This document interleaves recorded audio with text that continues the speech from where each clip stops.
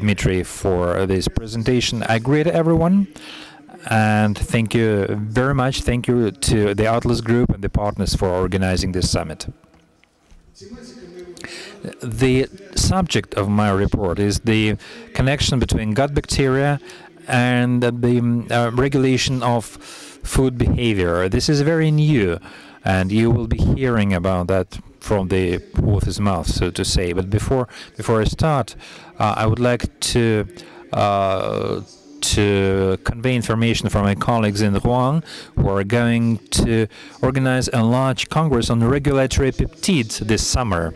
The program is very dense, and there will be also a great impressionists exhibition.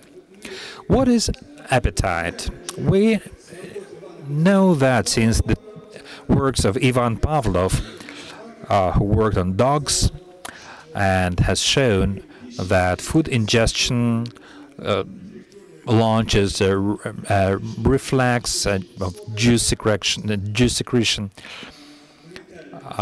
immediately, and then food digestion and absorption, and then we think that these nutrients influence the feeling of satiety. Pavlov received a Nobel Prize for that in 1904, and now we know more about the mechanisms of that, because actually it was not the nutrients that produce satiety. They work through hormones, through peptide hormones that are secreted by the lining of the gastro-intestinal tract. And you see here examples: ghrelin, which is secreted in the stomach, and many other hormones secreted in the gut, such as cholecystokinin or peptine, tyrosine, and PYY. This is hormonal regulation of food dietary behavior, of nutrition behavior. It explains why satiety appears about 20 minutes after the intake. Please keep that in mind, 20 minutes, not when the nutrients are absorbed in the blood much later. And they have a systemic reaction then. So right now, we single out several hormonal pathways of food behavior. This is the hunger pathway through the secretion of ghrelin, which acts on hypothalamus. And during intake of food, the system of satiety is activated. Many hormones, like PYY and other hormones, are secreted, and they also act on hypothalamus, and both systems interact with the system which produces satiety, pleasure, and which is mostly modulated with dopamine in the brain. Both these systems in hypothalamus are integrated through a network of neurons produced by neuropeptides, arexigens and anorexogenous. And here you see schematically these two types of cells. Green are the cells that are produced by melanotropin. We will return to that. Melanotropin acts on receptors of the melanocortic type and stops the food intake. Such receptors also exist in the lining of the gut, but there is almost no melanotropin, and we see what it can mean. The interaction of these cells helps regulate appetite and body weight. So, what about bacteria? If bacteria can regulate appetite, they have to interact with these hormonal pathways of regulation of appetite. How? How does it happen? We don't think about that, but when we eat, apart from feeding ourselves, we also feed our bacteria regularly, our gut bacteria. And this process of feeding bacteria is regular. Every time we take a meal, the bacteria receive food. And it's not just that they are fed. They also participate in the regulation of food behavior of their hosts. This is a cover of a review of a journal published about 2 months ago. The works that describe the interaction of gut bacteria and the regulation of food behavior. So, what happens with bacteria when they receive food? It's well known to microbiologists. You can find this diagram in any textbook. When in vitro or in a petri dish, you give some foodstuffs to bacteria, and they start to proliferate, to exponentially proliferate, and this growth goes up to a point when they reach a stationary phase. It's defined by quorum sensing.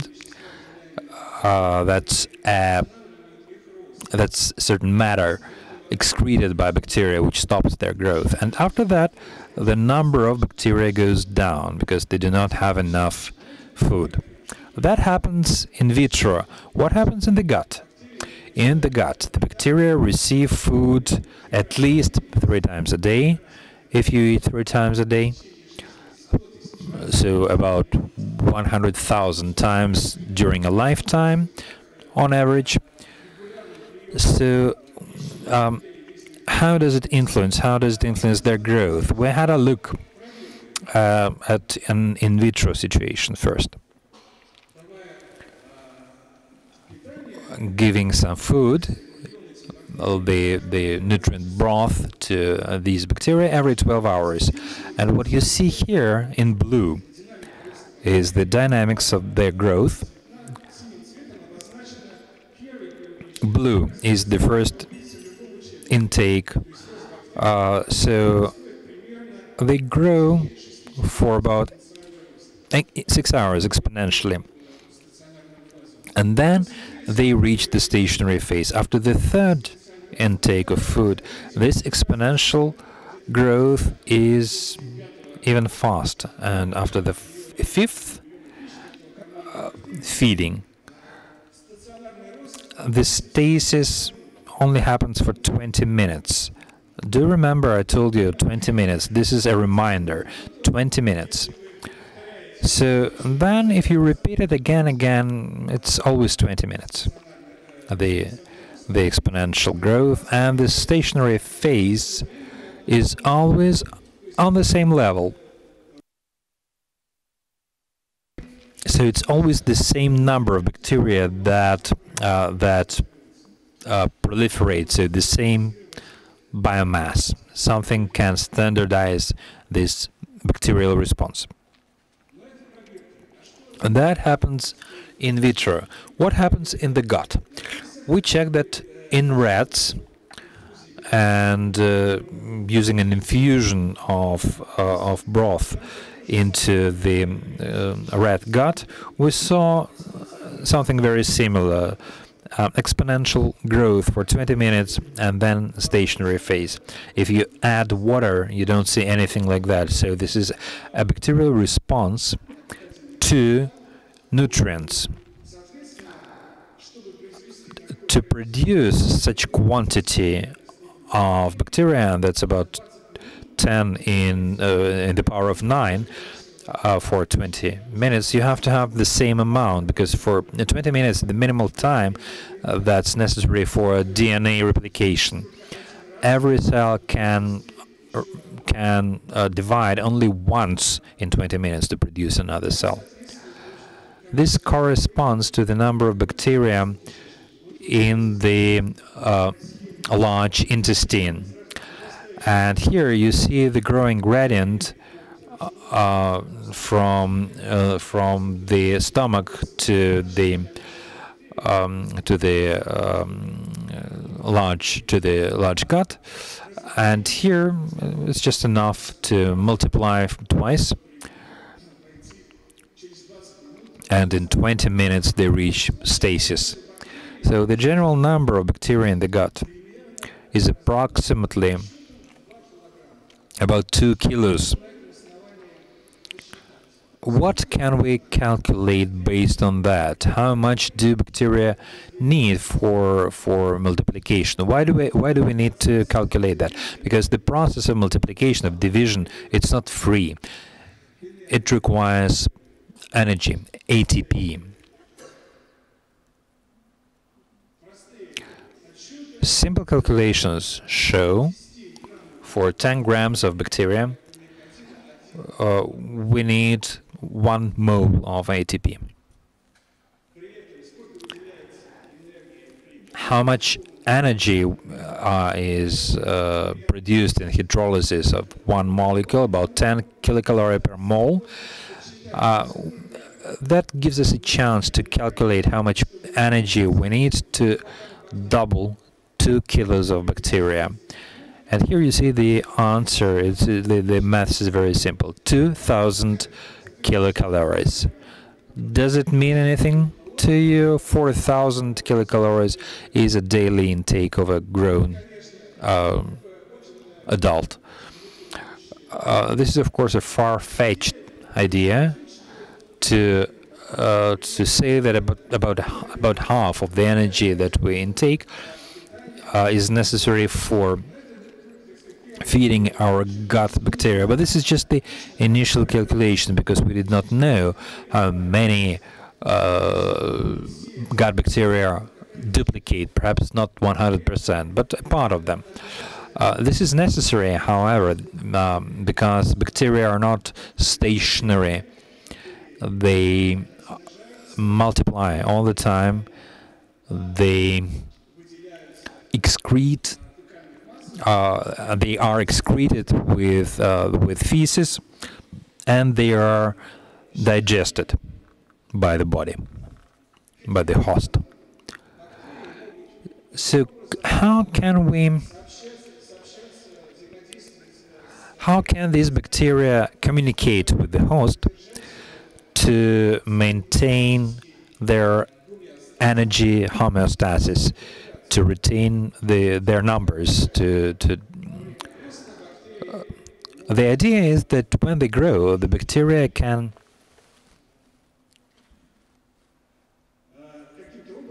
somehow excrete certain substances that would influence the molecular pathways of the host that regulate the host's satiety and hunger. If you compare the dynamics of bacterial growth, like you see here,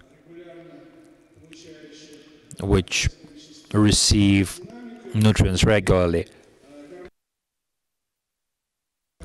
and the dynamics of the excretion of PYY, you see that they mirror each other perfectly. So it's quite likely that the division of bacteria is connected to the secretion of the satiety hormone. To check this hypothesis, we took proteins from E. coli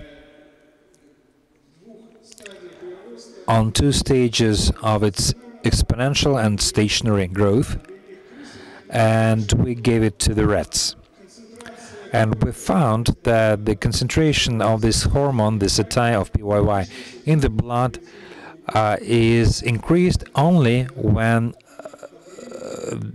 this is given in stasis, when it coincides with the feeling of satisfaction of satiety. You can check whether the proteins produced by bacteria on food behavior, and indeed, when we introduce such proteins on the E. coli proteins to rats, we saw that they eat less only when these proteins are given during the stationary phase, but not the exponential phase. What happens in the brain? Remember, I showed you the cells responsible for satiety. These are the cells that are activated by the proteins of bacteria in stationary phase, and they are marked in red. These are the CFOS activator, and green, the expression of neuropeptides, of anorexigenous peptides of these cells. Further, more specifically, to have a look at what bacterial proteins can participate in that, we defined one protein, and I'll show you how we defined it, how we singled it out. This protein is called clipid.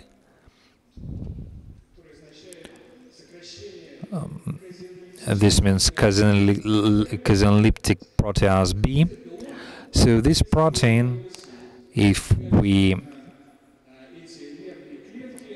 put it on the neurons in mice, on brain sections, and measure electrical activity of these brain cells, it increases just as if we would have given this anorexigenic hormone like leptin. So we can hypothesize that proteins excreted by bacteria can be like hormonal factors in the brain, and I'll show you why it's possible. How did we define this clip B? Why do we work with it? It's a long story. More than 10 years ago, we were looking for autoimmune response, autoimmune reaction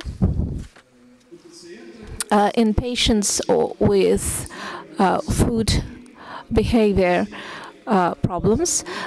We used blood plasma, and we discovered that such patients have antibodies against melanotropion, which is produced in the anorexigenic neurons. Why those antibodies are important? We defined that the level of those antibodies in the blood correlates with psychopathological behavior of the patients. They can be measured with special scale. Now we have on screen this scale, EDI2, Eating Disorder Inventory 2, which shows separate psychopathological parameters. For example, this drive for thinness, which correlates with the level of blood plasma and with antibodies in blood plasma. It's interesting that those correlations go into opposite directions when it's bulimia, and with two classes of immunoglobulins, G and M, which means that immune reaction for this neuropeptide can define which type of disorder, eating disorder, can happen with this patient. How these antibodies come to life? This question we put at the very beginning, because if we do not understand where did they come from, we won't be able to understand the nature of this disorder. The main hypothesis was connected to molecular mimicry. Here you can see the schematic explanation that those antibodies are immune response for microorganisms, but because the structures are similar of the microorganism and the host, those antibodies also will react to the body of the host. Theoretically, we theoretically, we tried to check whether there are such sequences, militropin 13 and amino acids, and at least 6 such sequences were discovered in such bacteria and in some other microorganisms. And what is important, those sequences were in the guts, which and they can be there in normal microbiotics, but it's only a theoretical approach. We need to prove it, and for this purpose, we did proteome research, and the results of this research allowed us to identify this clip B, which was produced. You can say that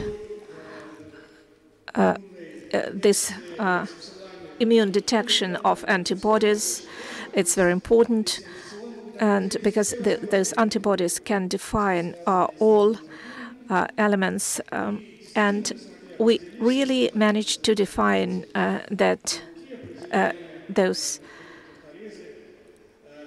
proteins in electrophoresis are defined by antibodies to and by means of spectrometry, we found out this protein clipin B, and we also used other methods to prove this. If we look at the sequence of the amino acids, then we find out that there are 6 amino acids that look like each other, but they are not.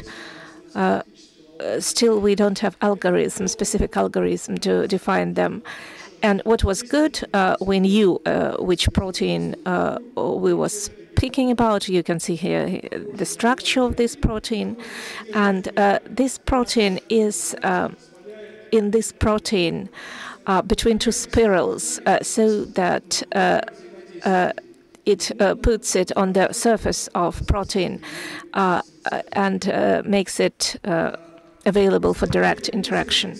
We did several experiments to prove that this protein can cause antibodies for lanotropin, and I show you only one experiment when we gave mice normal bacteria, and also the others which were mutated with this protein, and only those mice who got during 3 weeks normal bacteria gave antibodies against this protein, but part of those antibodies also were cross-reactive with melanotropin. And as for mutated bacteria, they did not produce antibodies, and the same results we got after we actively gave this protein to the mice. Of course, we also looked at their eating behavior, and we found that mice that got normal bacteria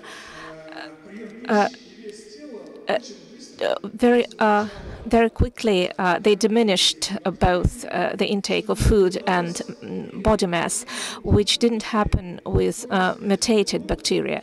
So this CLIP-B protein also had direct influence on eating behavior, because 2 days after the beginning of this influence is not enough to start synthesize antibodies. To prove this possibility,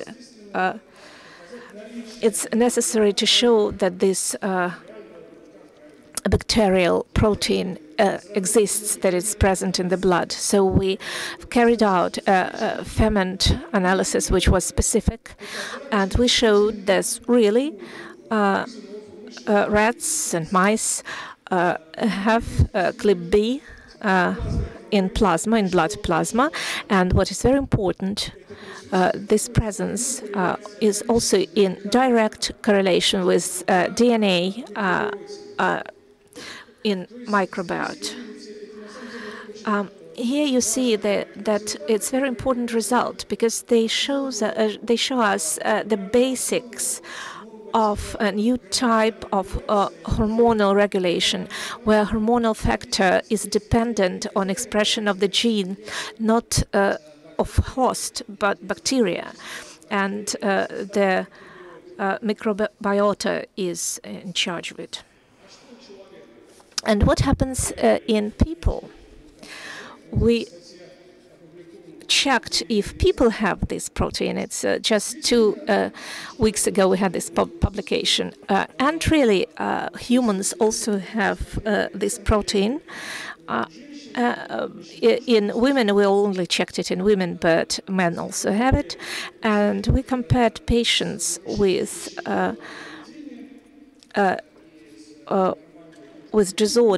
eating disorders and control group, and we have a large variety. You can see that there are very different results, and but in average, there was more of this protein in patients with disorder, though we couldn't find out how it works with bulimia and anorexia. Was no difference. But also when we look at correlations of the levels of this protein in the blood and its relation to psychopathological parameters with the scale, we measured them with the scale that I already showed you. We found such correlations, and we also found correlations with antibodies to nitropin, which also proves that melanotropin is related to it.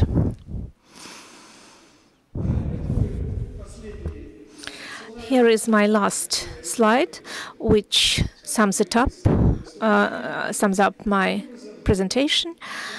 What can we say here? That the that gut bacteria are in interaction with molecular pathways and with eating behavior, and this correlation can have several main mechanisms, direct and indirect. When I'm talking about direct mechanism, I'm talking about a situation when molecules which were produced by microorganism influences directly host molecules and interact through immune system. In the case of protein CLIP-B,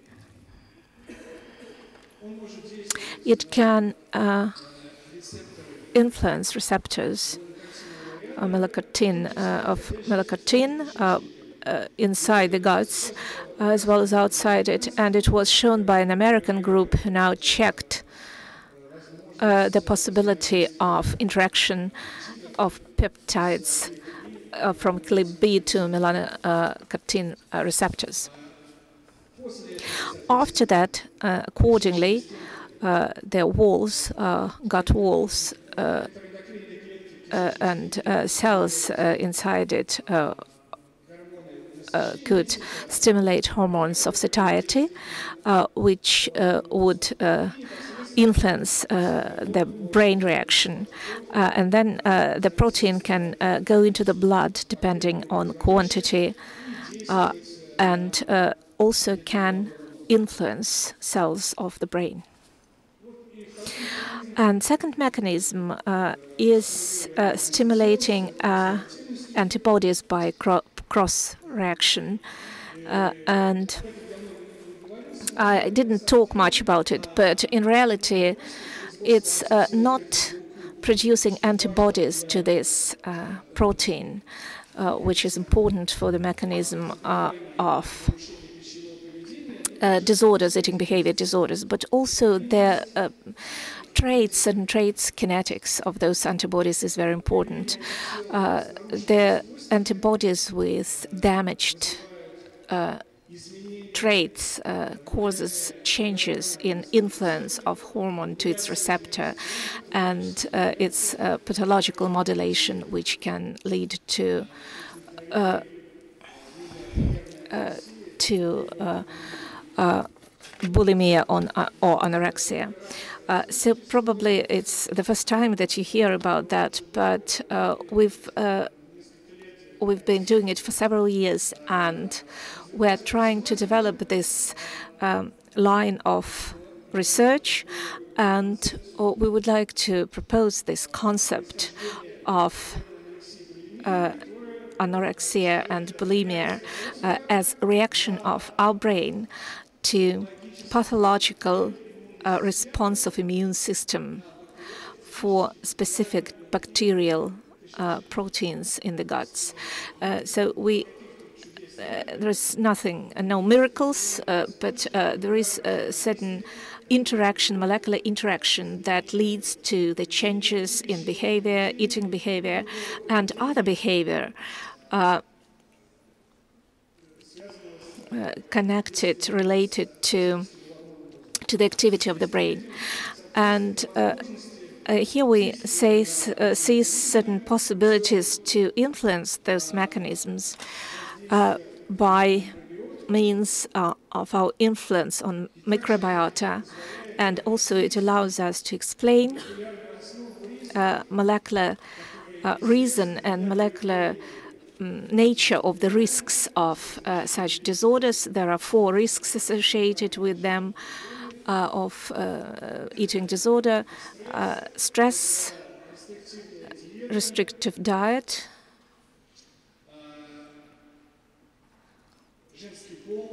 it's female sex,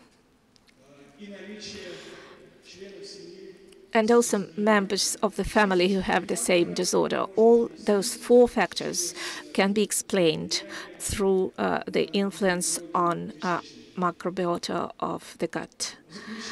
In conclusion, I wanted to thank colleagues from Rouen University, members of my laboratory, and also I wanted to thank for financial support of this research. Thank you very much for your attention.